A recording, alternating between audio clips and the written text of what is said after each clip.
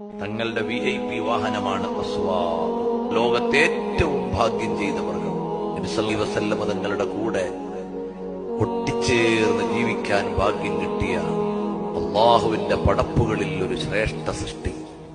നബി സല്ലല്ലാഹു അലൈഹി വസല്ലം തങ്ങൾ വഫാത്തായതിൽ പിന്നെ വെള്ളം കുടിച്ചില്ല, പിന്നെ ഭക്ഷണം കഴിച്ചില്ല.